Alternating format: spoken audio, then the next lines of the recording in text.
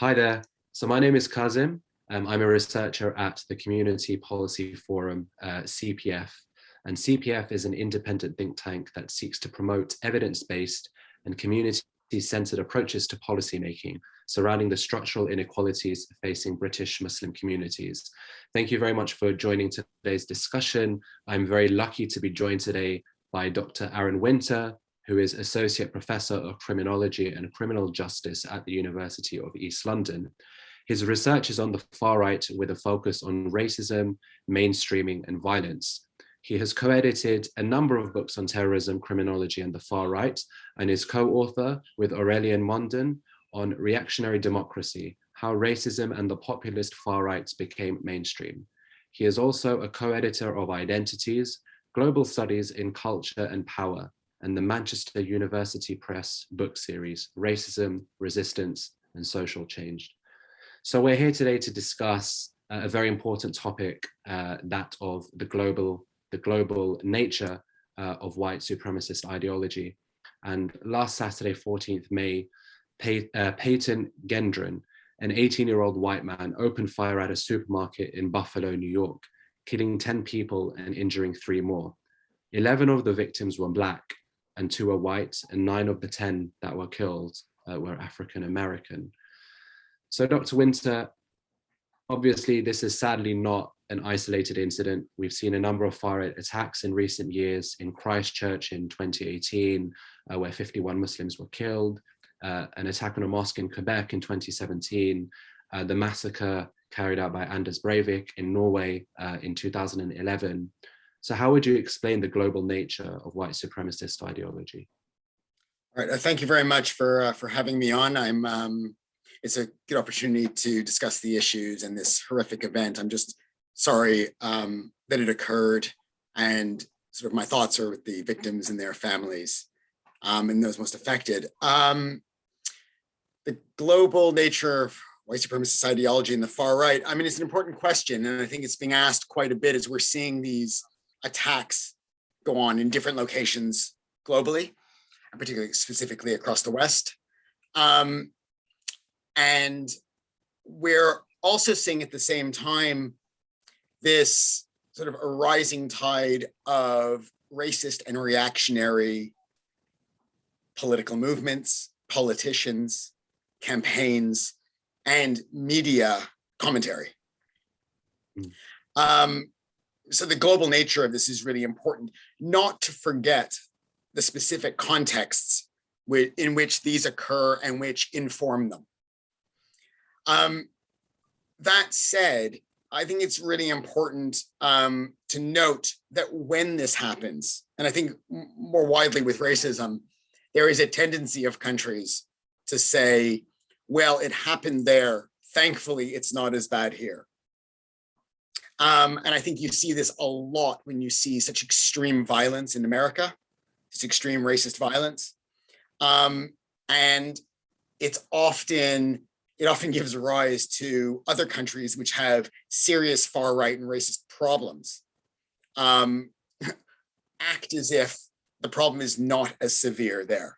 And I think we see this more recently in Canada with people saying, oh, at least it doesn't happen here because we don't have guns, which is interesting because it rarely takes the form of denying that racism exists there or white supremacy exists in these countries.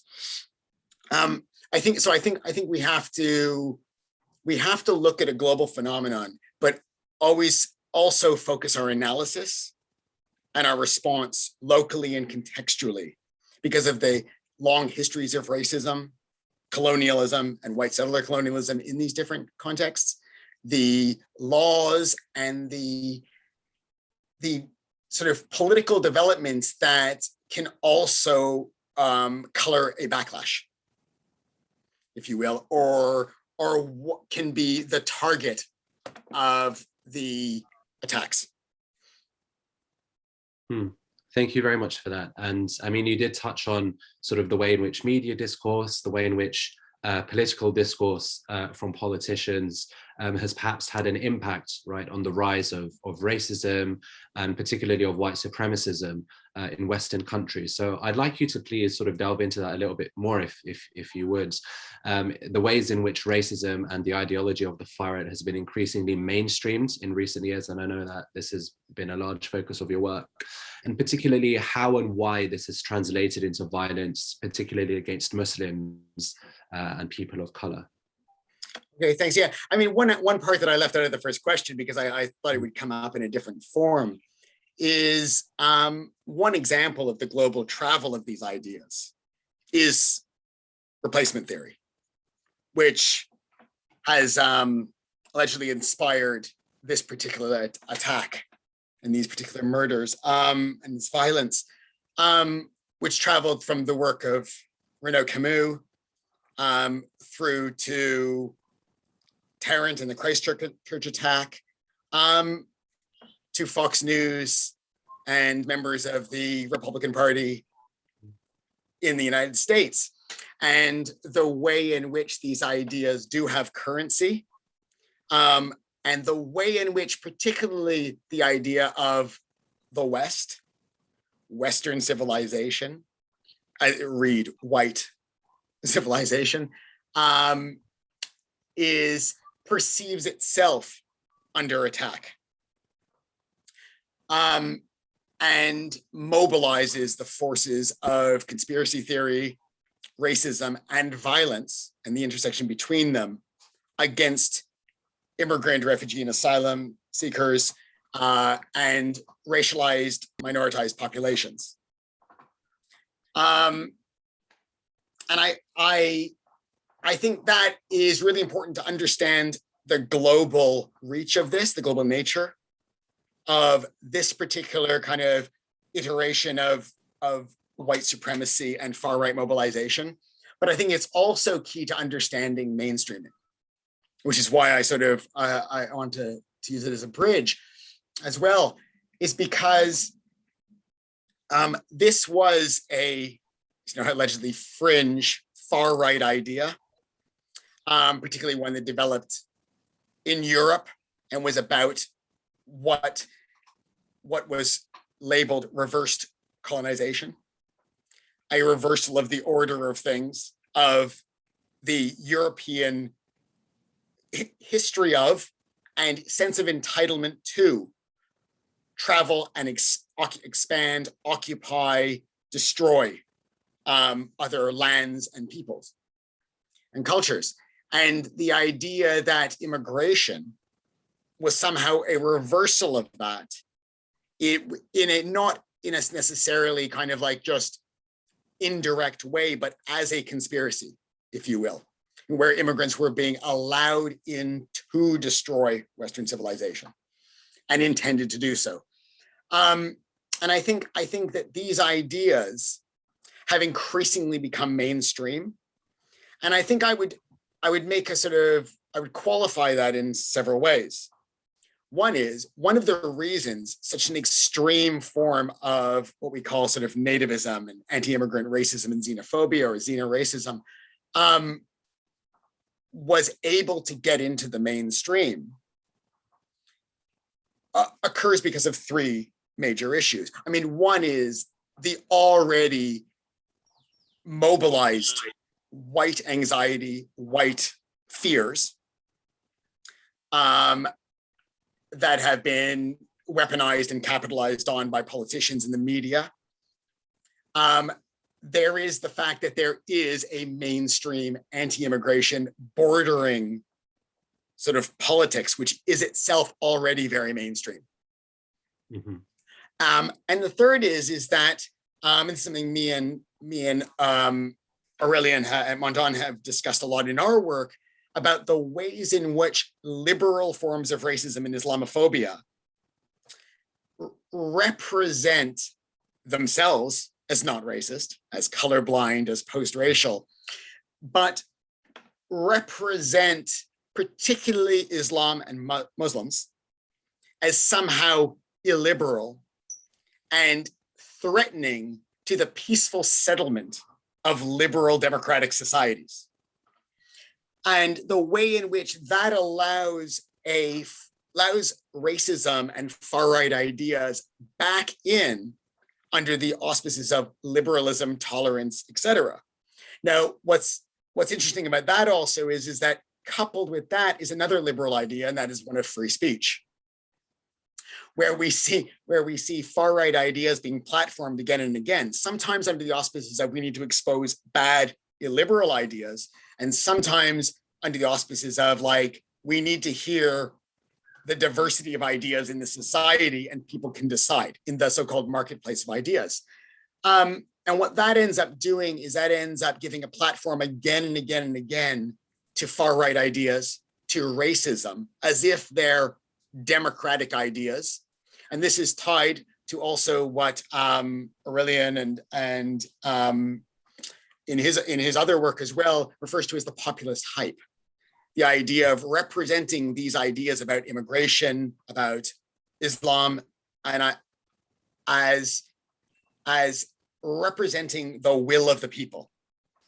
And we saw a lot of this around Brexit and Trump, the idea that these are popular ideas of a sort of the people who are also represented as the white working class left behind. And we need to not only hear these ideas, but we need to campaign on them as mainstream politicians in order to capture those constituencies and those votes. And thus it becomes a democratic imperative to chase anti-immigrant politics, Islamophobia, and other forms of racism and sort of racist ideas and narratives. And this normalizes the racism, xenophobia, and the Islamophobia, but it also, because the far right, although it's rendered or is represented as illiberal in contrast to our liberal society with its more moderate xenophobia and racism or racism denial, it's also represented as a alternative to the mainstream, that we need to get their votes or get their supporters, but fend them off. And this opens the door to a gradual or increasing sort of appropriation, adaptation, and use of their ideas and narratives. And I think the last part of that is about mainstreaming is if we've already constructed these ideas and their authors or their representatives as somehow representative of something democratic and legitimate or illegitimate and in need of moderation, then what we end up doing is having them on television all the time and in the media all the time to air their grievances their policies. And we see this again and again. We see the way in which Nigel Farage became like one of the most like successful politicians on BBC Question Time. And we now live in a world of, Farage immigration politics, but it's not just the kind of the more what used to be the fringe, or used to be sort of the illiberal far right. We see this as legislation in this country with the hostile environment. And I think one thing I would just add into the mainstreaming is with the free speech and the liberalism, it is very interesting and telling, and I know we're going to pick this up later on, that you can air illiberal far-right ideas to expose them and then create a moderate version of them to get their constituency or their supporters or capture their supporters. But when it comes to extremism from other communities and constituencies, the mere idea is a signal for violence. And I'm speaking particularly in the way in which counter-extremism and counterterrorism policy, rhetoric, practice, and logics have been deployed against Muslims. Yeah. And I think what that's really telling in a sense, because what you have now going on in the United States, to bring us back to Buffalo, is that, the people who've mainstreamed the Great Replacement theory and the anti-immigration and their racist politics are, in some cases, not distancing themselves, which is quite shocking. But in other cases saying, well, violence takes it too far.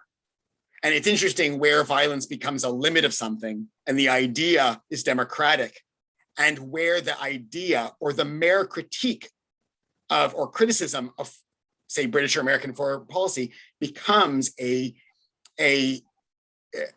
trigger for investigation by counter-extremism and counterterrorism agencies. Yeah, I think that was extremely interesting, sort of many different points to unpack there. And obviously we'll try and fit that into the time that we've got. I'm sure this sort of discussion can be taken on for sort of a much longer time. And sort of what you said towards the end of that particular answer kind of links on to what I was going to sort of ask about and pick your brains on a little bit more, which is sort of what measures are being taken sort of in response. These attacks are clearly ongoing. They're not, as we said, isolated.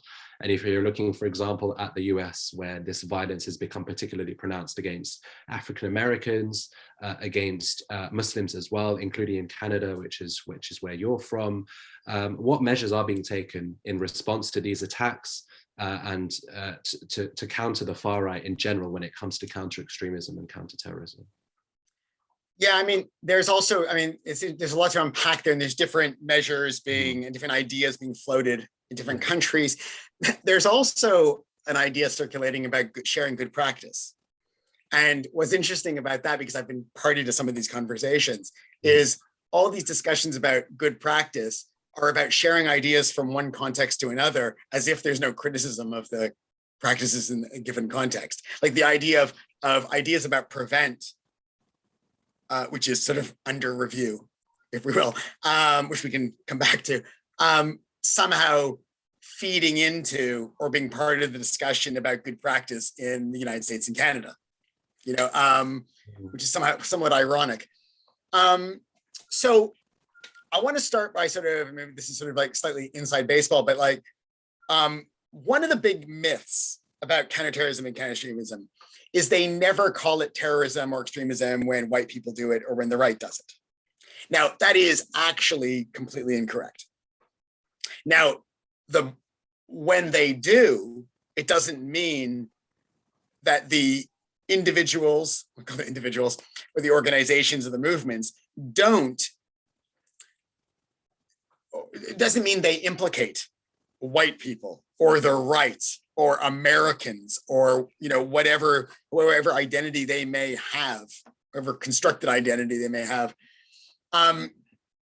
What we see historically, particularly in the United States, is that there was a huge amount of action at different points in history against far-right white supremacist terror. In fact, the FBI's COINTELPRO in the 1960s had a white hate groups program. Now, this was the same COINTELPRO that went after sort of the left and civil rights activists the decade before and would move on to the Black Panthers and the anti-war left at the end of the 60s and the 70s.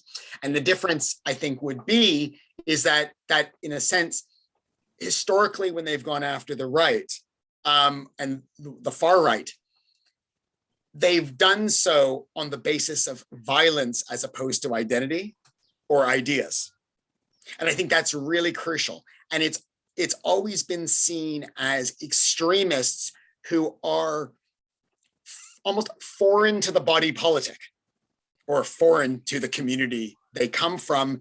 They overtly defend the laws they defend, the politicians they act as street soldiers for. You see where I'm going with that, is that in fact, it is more often than not the far right, which is seen as so exceptional and treated as an exception, is so much far more ingrained in the mainstream, the system, the institutions, and the ideas and narratives and myths of America, for example, because that's what we're referring to here, particularly, in a sense, countering them with FBI investigations and sort of House Un-American Activity hearings that happened in the 60s, is a way of actually clearing up the more overt versions that in a way allow the system to redeem and maintain itself.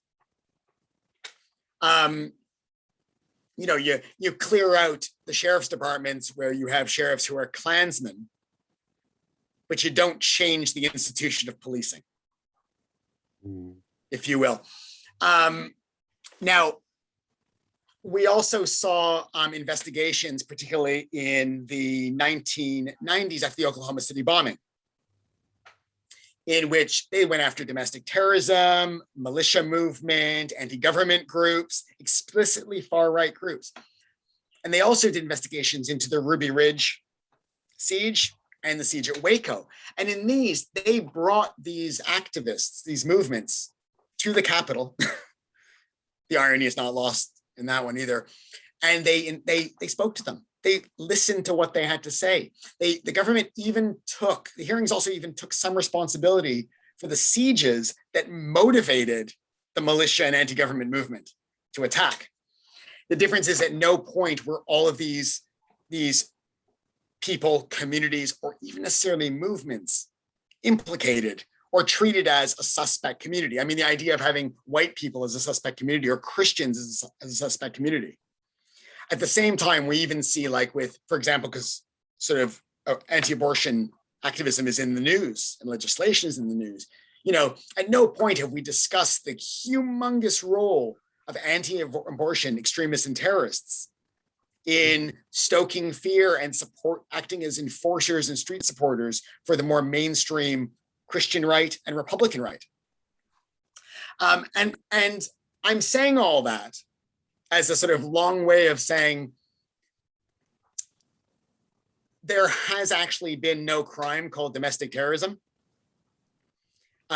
Despite the use of terrorism as rhetoric, or despite the investigations into terrorism or the identification of movements as terrorist movements, there has been no crime. So one of the reasons you say, when the far right does it, why don't we call it terrorism? Well, because there's no law, or there hasn't been up until, you know, and yet the idea of foreign terrorism also applies to Muslims who are American. Yeah. And that itself says a great deal about the sort of the centrality of whiteness in this, and the centrality of the sort of the I guess, you know, the centrality of both whiteness and the right, if you will, as historically the greatest perpetrators of terrorism in the United States. But the thing is that after the attack at the Capitol, which in a quite shocking speech, Joe Biden, who was president-elect at the time, talked about how this is so un-American, like we've never seen anything like this before. We're a country of tolerance and not hate. Just completely ignoring even the iconic status of the Ku Klux Klan in American history. You know, when Obama was elected, it was like, we finally beat the Klan. It was like, there was images and editorial cartoons and narratives about post-racial America. It was often juxtaposed to images of night riding and cross-burning Klansmen and Klanswomen. But what ends up happening is that a number of months later, they bring up the national strategy to fight terrorism and extremism. And in the text of that, they identify far right, sort of, I think it's like racially motivated terrorists and extremists as the number one threat.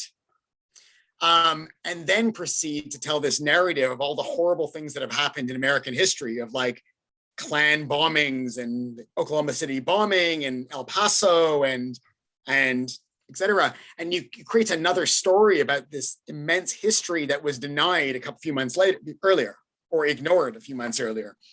And one of the problems we have with this is we know the damage done and the problems of counter-extremism and counterterrorism in the way it is targeted, particularly Muslim communities, but also Black activists.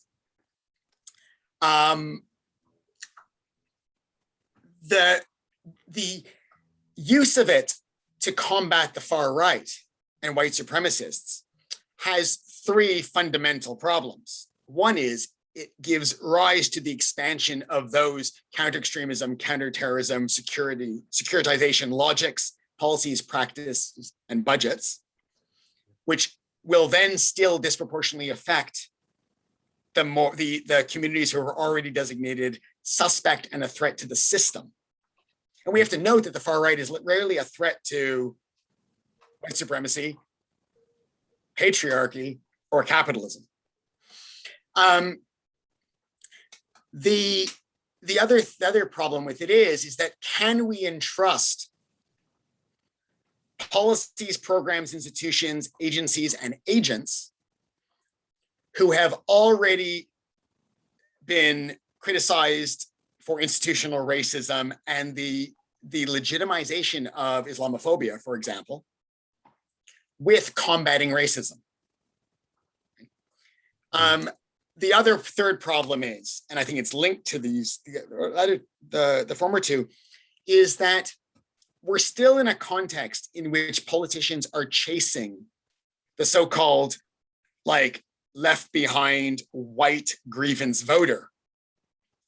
How can you treat ideas or actors who mobilize on behalf of what are effectively mainstreamed, legitimized ideas as some distinct class beyond just merely the acts of violence? So if you're focusing just on the violence, you have to wait till it happens, or weapons are purchased. And we know they miss the signs of that. Or you can do it because certain ideas trigger warnings in schools, online, in communities, in families. Well, the problem is that if you've already mainstreamed some of these ideas, what is the trigger? What is the basis for this? What is the basis that you're going to investigate and deal with it?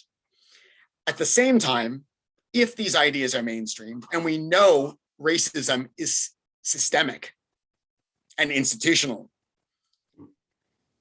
then how is fighting the most extreme forms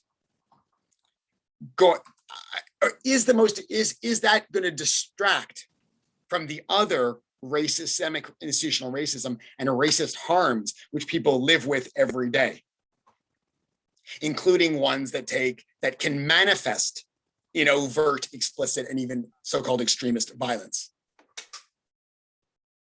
Thank you for that. So obviously we've sort of spoken quite a bit maybe about the comparison in terms of the securitization of Muslim communities, right, compared to those within the far-right movement. So sort of similar sort of question, right, in terms of comparison and maybe a disparity in terms of perception and also in terms of treatment. So how would you compare the treatment of the police, right, of perpetrators of these atrocities that are white, for example, the Buffalo shooter, and how would you compare this to the treatment of police of people of color, especially African American civilians, particularly throughout, the time in which, the Black Lives Matter movement really started to rise to prominence in 2020 with the killing of George Floyd and the fact that the white police officer killed George Floyd, right? How would you compare the disparity? Do you think there is a disparity in the way that police in America and in other Western countries treat white criminals compared to people of color that may not even be criminals themselves? That's a really good question. If I could just go back just for a moment, because there's one other thing I just wanted to mention, which I think links into this. One of the other reasons that it's a problem to expand the security state, counterterrorism, and counter-extremism logics to the far right. Not that we don't have to deal with them. That's not what I'm saying. Okay. But is that in a lot of cases, because of the disproportionate impact on and targeting of Muslims, the security services have been under incredible criticism, rightfully so, this country, in Britain, in America. And the response has often been, so when they expand it to the far right, after ignoring it for years, so it's often when it's too late, they've already been mainstreamed and emboldened enough or more, it becomes a way of the security services and the state patting itself on the back and saying, like, look, we're equal, we're egalitarian. And you go back to that kind of like, that ignoring the structures of power which affect different communities and different identities in very uneven and unequal ways. And so what ends up happening is they look at it. So for example, Prevent since I think 2020 has had more referrals for far right, suspected far right extremism, radicalization. Maybe that's a wake up call, but for the right, we're often represented as political correctness gone mad, whereas the state thinks that they're finally dealing with the problem and we should stop criticizing them. And what ends up happening is quickly they then go, and so we're fighting all forms of terrorism and extremism as if they're equal. And then what you have is an expanded thing where it's like, everyone is treated equally because we're looking at everyone, but everyone is not treated equally in society, or when they say something, or when their vote is sought, if you will. Now, the reason I'm mentioning this one is I sort of forgotten in the last one, but it also matters because it's related to another state institution, which is the police, or agency, which is the police. Like the call, why don't we call it terrorism when white people or right-wing far-right people do it, is quite problematic. I mean, the question is not problematic. The question is good. The demand to call more things terrorism, I think, is a problem, or extremism is a problem, as I've explained. But I think the other issue is that I've been seeing a lot of stuff online about, like, they shoot even unarmed Black men and women. But it seems that all these white shooters get away free. They get away, free for a time. Rittenhouse got away free. Yeah. And I think, I would hesitate pushing that argument to the point where I would say, where people go, like, they should shoot them too. They should shoot less and deal more effectively more fairly with suspects in general, even if they've done something wrong, but particularly when someone is unarmed, and I think this is, look, this is about institutional racism in law enforcement and the police. In the same way, I think there's institutional racism in counterterrorism, counter-extremism, and security services, which is why I make that other argument.